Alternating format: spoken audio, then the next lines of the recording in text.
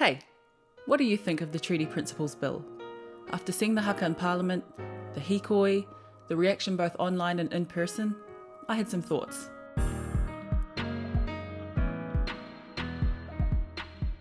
Talking about the Treaty of Waitangi will sometimes have people barred up. By extension, the Treaty Principles Bill has brought up some emotional responses too. Lots of people were trying to tell me how to feel. I don't like that, so I decided to read the bill myself. I want to take a moment to talk to those who may be in the middle, like me. People who can acknowledge that we shouldn't make this an us versus them situation.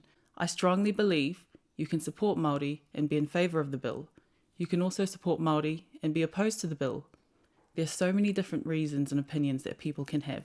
I think New Zealand has been ready for this conversation for a while now. Okay, so let's start with why the ACT Party wants this bill to be considered. On their campaign website, they've got this explanatory paragraph.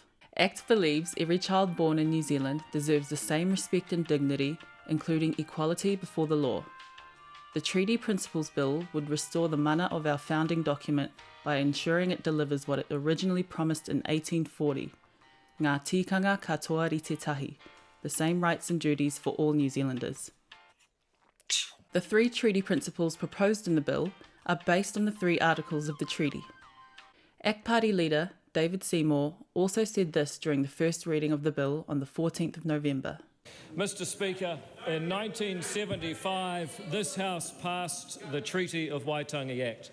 That Act's preamble says that it was, quote, established to make recommendations on claims relating to the practical application of the principles of the treaty and, for that purpose, to determine its meaning and effect and whether certain matters are inconsistent with those principles. David Seymour goes on to point out that these principles were never defined in that Act and not defined by Parliament since then. He adds that the principles have instead been defined by court findings, tribunal reports, and government departments. He then goes on to say this. What all of these principles have in common is that they afford Māori different rights from other New Zealanders. Where in the world is it a good idea to give citizens different rights based on ancestry? Where in the world has that approach been a success? There are those who say that the treaty is necessary because there's still inequity between Māori and non-Māori, on average. And that is true if you view the world as groups of people and based on ancestry and you average them. But the truth is, each person is more than an average. We are thinking and valuing beings with challenges and choices and hopes and dreams. Many Māori do very well and need little help. Many non-Māori are struggling and in need of greater help. If you want to help people in need, skip the division and just help people in need, is what I say. Later on, he says that this bill will democratise the principles of the Treaty of Waitangi, allowing all New Zealanders to have a say. At present, only a select number of people in the courts, the Waitangi Tribunal, and some government departments can make these decisions, despite all New Zealanders having to live by those decisions. David Seymour does acknowledge that there are very real reasons for some Māori to be wary of the state. Now let me say, I recognise there are people in Te Ao Māori who do not trust the state, and with good reason. The mai, or the pain that's grown up over centuries, is real. Land taken, culture and language squashed, discrimination in public life. There are those who say this bill takes us back to the 1950s and earlier. I hear those who seek to stir up fear and division, saying this bill will strip people of their mana, their taonga and their reo. That is simply untrue. Okay, so that's how he presented the bill during the first reading. On my social media feed, a lot of people made complaints that David Seymour was trying to rewrite the treaty. I kept this in mind on my first read and I looked for any explicit examples of this.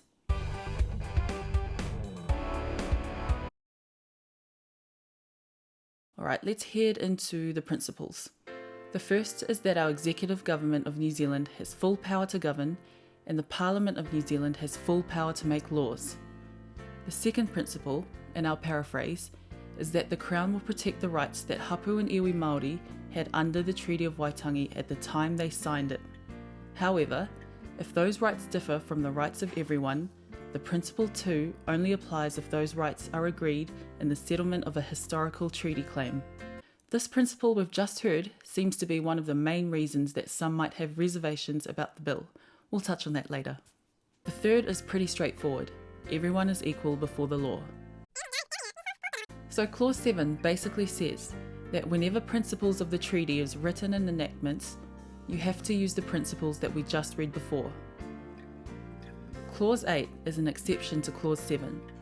It's basically saying that this act doesn't apply to treaty settlement acts, nor does it apply to the Treaty of Waitangi Act 1975 in relation to the settlement of a historical treaty claim entered into after the commencement of this act. That Clause 8 is a mouthful. I'm guessing that the first part of Clause 8 is put there to leave the existing treaty settlement acts alone. The courts have already made those rulings. In those cases, they've identified certain principles using previous relevant rulings along with the input from the Waitangi Tribunal. The second part of Clause 8 takes some thought to digest. I'm going to paraphrase again. The Treaty of Waitangi Act says that historical treaty claims are for Crown actions or inactions that occurred before the 21st of September 1992.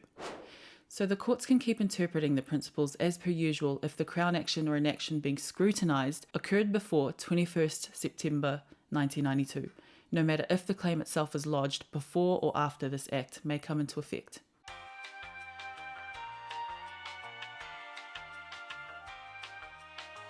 Moving on to Clause 9. It explicitly states that nothing in this act amends the text of the Treaty of Waitangi. This bill does rewrite how we interpret the treaty though, which I guess to some people might be the same as rewriting the treaty itself. Cool, so now some of my thoughts on the reactions to the Treaty Principles Bill.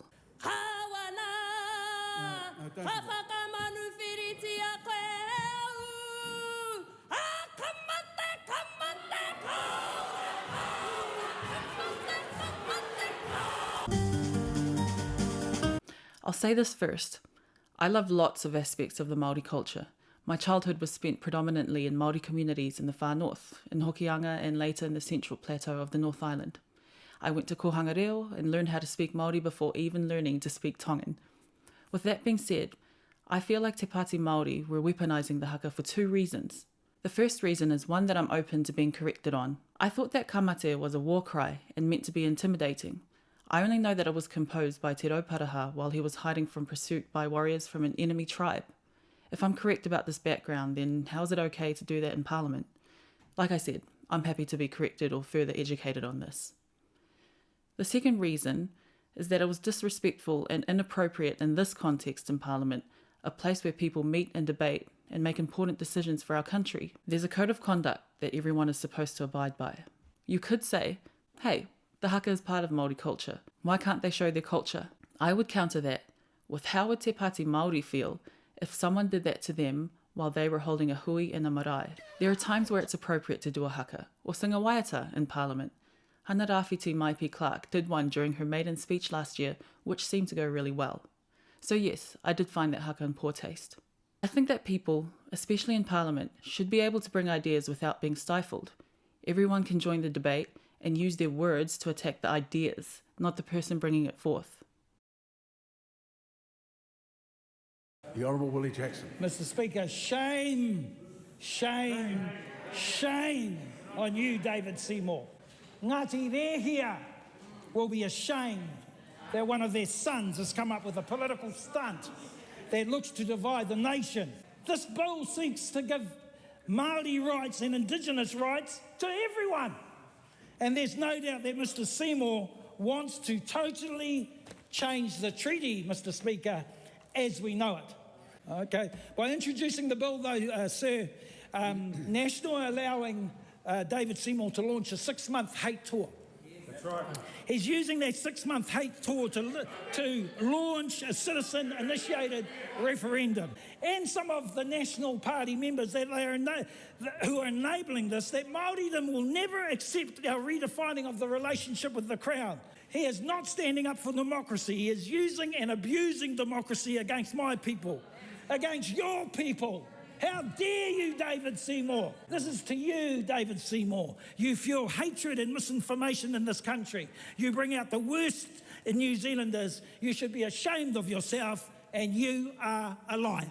This is just a snippet of Willie Jackson's whole speech, which I thought had a lot of personal attacks and at parts relied on identity politics. Willie Jackson called him the most dangerous politician and that he was going on a 6-month hate tour.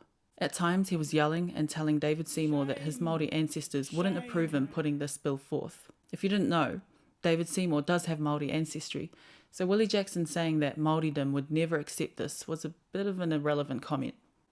Also note, another member of the ACT Party, Nicole McKee, is Māori too. It shouldn't actually matter, but Willie Jackson's arguments centre around speaking for Māori. That argument kind of falls flat in this instance. Anyways, at times I thought, what's the actual argument you're making against the bill? Te Tiriti o Waitangi is superior to any person and any law ever created in this house. ACT are seen to be pulling the strings and running the country like the KKK with a swipe card to the beehive. You have no right to touch something you have no mana over. Te Tiriti o Waitangi sits above you. Te iwi Māori don't expect this house to liberate us. We must be our own liberation. When will we begin to assume governance ourselves? Te Pāti Māori is the only party committed to establishing our own whare rangatira. What is the pathway forward for us at te iwi? Tino rangatiratanga and self-governance is the ultimate goal. And one message to you, David, is see you next Tuesday. Kia ora tata. I've got a lot of thoughts here about his speech. There has been hurt in the past that is being redressed and rectified today. However, Te Pāti Māori co-leader Rawiri Waititi spent more time advocating for Māori separatist ideas than actually dissecting the bill. He makes reference to the ACT Party being like the KKK with a swipe card to the beehive. And then he finally ends the speech with, David Seymour, see you next Tuesday. He's not saying a friendly farewell, he's calling David Seymour a CUNT in Parliament. This is echoed by the other co-leader of Te Pāti Māori, Debbie Ngārewa-Peka, who in a Facebook post 2 days later wrote this. As you can see you next Tuesday written out this way spells the C word. My question is, how is this acceptable behaviour from members of Parliament? If someone of another race directed similar rhetoric against Te Pāti Māori, they would understandably be upset. So why is it okay to do it to another member of Parliament? My thoughts about the Hikoi itself are pretty neutral. People are allowed to exercise their right to protest and exercise their freedom of speech. I've got no problems with that. However, there's something that's not quite landing about Toitu te Tiriti, the organisers of the Hikoi. According to the New Zealand Companies Register, Kiri Tamihere Waititi is the sole director. If those last names sound familiar, it's because she's the daughter of John Tamihere, the president of Te Pāti Māori and the wife of Rawiri Waititi, who we just saw earlier. If Toitu te Tiriti is that closely linked with Te Pāti Māori, a cynic could say that the Hikoi is rallying support for these separatist ideas. Also, I saw some interviews held by Radio New Zealand and Sean Plunkett's independent media company, The Platform. They went to the Hikoi and asked people what they thought of the bill. It became evident quite quickly that the people they spoke to didn't actually read it. And yup, I'll acknowledge there could have been people who took the time to read it and digest what it means to them. But from what I saw, if some of the Hikoi attendees have the time to devote hours and days on the Hikoi, is it also not worth their time to read the thing they're protesting against? Moving on, there are some pictures of uniformed police officers posing with the Tino Rangatiratanga flag and helping paint the signs. This is an issue as they're supposed to be politically neutral, according to the current New Zealand Police Manual. This was echoed by a spokesperson who told News Talk ZB that the officers in question have been talked to by their managers. Just to clarify, members of police are absolutely allowed to express their political beliefs. However, this has to be done in their own time.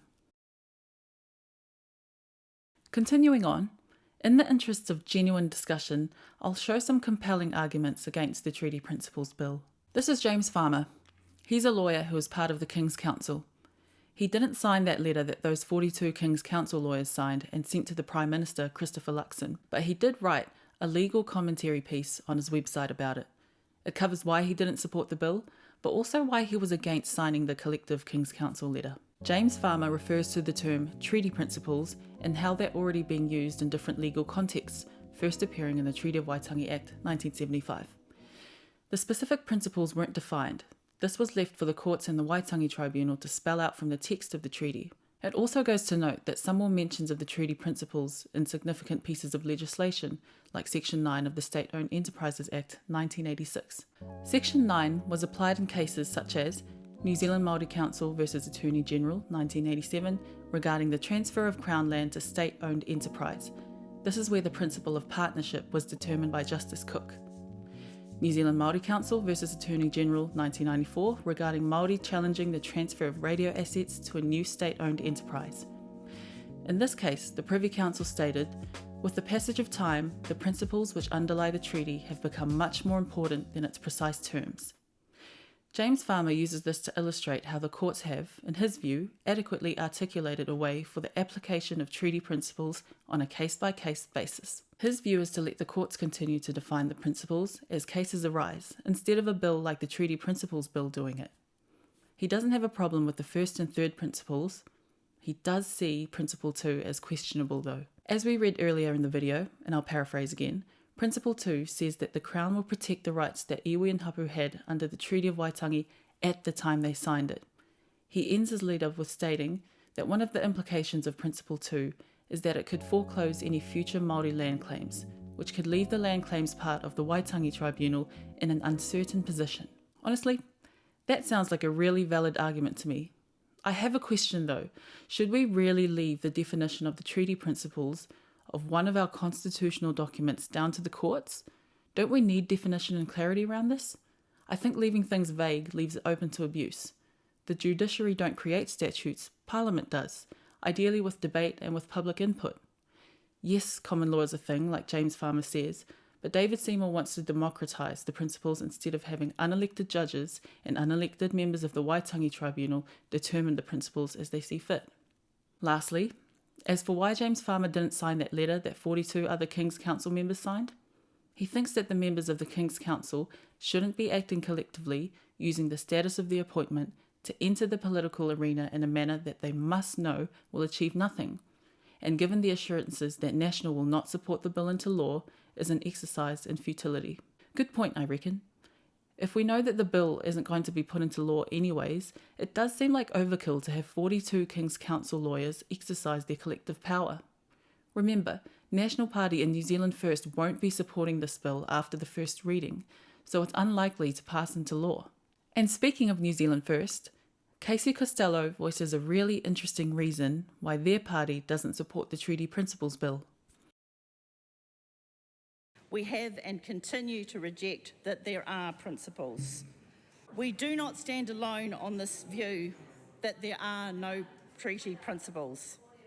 Our leader, the Right Honourable Winston Peters, has referred often to the great Māori leaders who forged the path for a better New Zealand. When I first saw this, I thought, what? Since primary school, I'd learned that the treaty had principles. We were always given these three to study: protection, partnership, and participation. The 3 Ps. Intrigued, I wanted to look into why New Zealand First held this position of the treaty principles not existing. So we know that the treaty principles aren't defined in law since the term was introduced in 1975. But according to New Zealand First Party, the concept of treaty principles prior to that wasn't a thing and still isn't.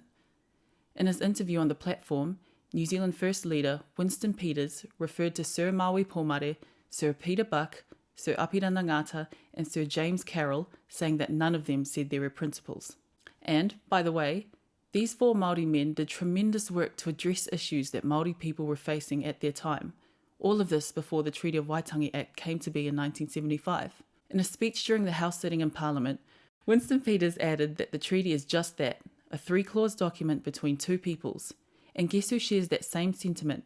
The late Māori king, Kingi Tuheitia. I quote his words from earlier this year in January. There's no principles. The treaty is written. That's it. We can see further rationale from when New Zealand First introduced a bill called Principles of the Treaty of Waitangi Deletion Bill in 2005, almost 20 years ago. I encourage anyone to read the transcript of this speech.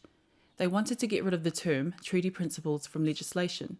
He was basically saying that no matter who you ask to define the treaty principles, you'll never get a forthcoming answer that is adequate.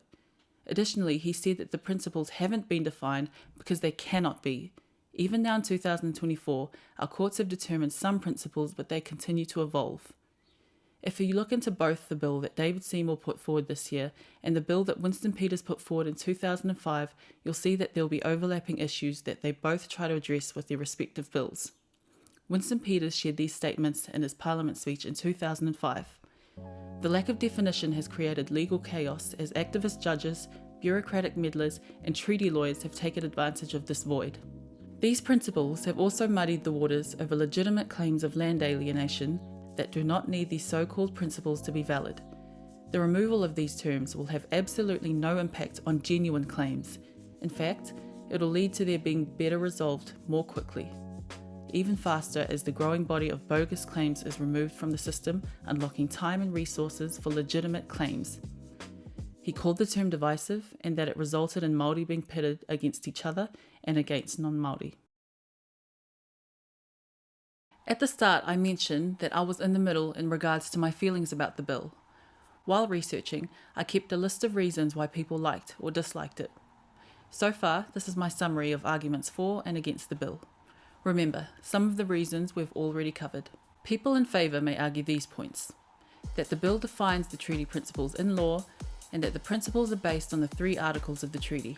The clarity has been a long time coming, and the principles chosen make sense because they're based on the 3 articles of the treaty. It democratises the principles by allowing New Zealanders to have a say, as opposed to unelected judges and unelected members of the Waitangi Tribunal. It provides clarity and transparency around how we should interpret the Treaty of Waitangi. People who aren't in favour of the bill may argue these points. The principles are being defined by the Parliament, Pāti, so it's not as democratic as David Seymour says it is. Settlements have already been made using the principles of the treaty that aren't in the proposed bill. Keep the status quo of the courts deciding the principles, with input from the Waitangi Tribunal on a case-by-case basis. Some say it challenges tikanga Māori and add that sovereignty was never ceded. I want to research this separately. There are no principles of the Treaty of Waitangi, so this bill is flawed in its construction. Currently, this is where I'm at. I'm leaning towards the idea that we really need to clarify the principles. I can see how leaving it vague would allow the courts and the Waitangi Tribunal to determine as they see fit. But I also understand that if we don't define the principles, it could lead to bad faith actors taking advantage of this ambiguity. I agree that New Zealanders are ready for this discussion, and the case that Winston Peters put forward about there being no principles is quite compelling. With that being said, it's sort of already happening now, where the coalition government is reviewing all legislation that contains the term Principles of the Treaty of Waitangi. According to the 2023 New Zealand First Coalition Agreement, they will look at replacing all references of the term with specific words relating to the relevance and application of the treaty. If this can't be done, then the references will be repealed. And on that note, I think looking at the work of Sir Pomare, Sir Ngata, Sir Carroll and Sir Buck can show that we can still make great strides for Māori without the term treaty principles. As a side note, it's disingenuous for certain groups to keep calling this a white supremacist government as a whole. Let's put things into perspective. Firstly, we've got the highest number of Māori members in Parliament than ever before. Secondly, we can look to our latest national budget to get a sense of the support that Māori interests continue to receive. 48.7 million over the next 3 years is going to Te Matatini National Kapahaka Festival. This is a significant boost in their funding. 100 million in capital funding is going towards kaupapa Māori and Māori medium education. Also, 134.38 million is going towards them for infrastructure too. Te Mangai Pāho will continue to be funded. Whakaata Māori will be having decreased funding, however, they've been aware of this since the last Labour government that their funding was going to decrease. 24 million is going to Wānanga. Not to mention, there are charter schools that are being set up to address historically lower performing groups. So the government is still honouring their commitments to preserve the language and culture of the Māori. Bear in mind, we're not doing so well financially and we're in massive debt as a country. It's great that this is still seen as a priority and I think that counts for something. Anyways, hopefully this video has added value to the discussion around the Treaty Principles Bill. I'm hoping we can all talk together as New Zealanders, no matter what ethnicity you are, to continue improving this country.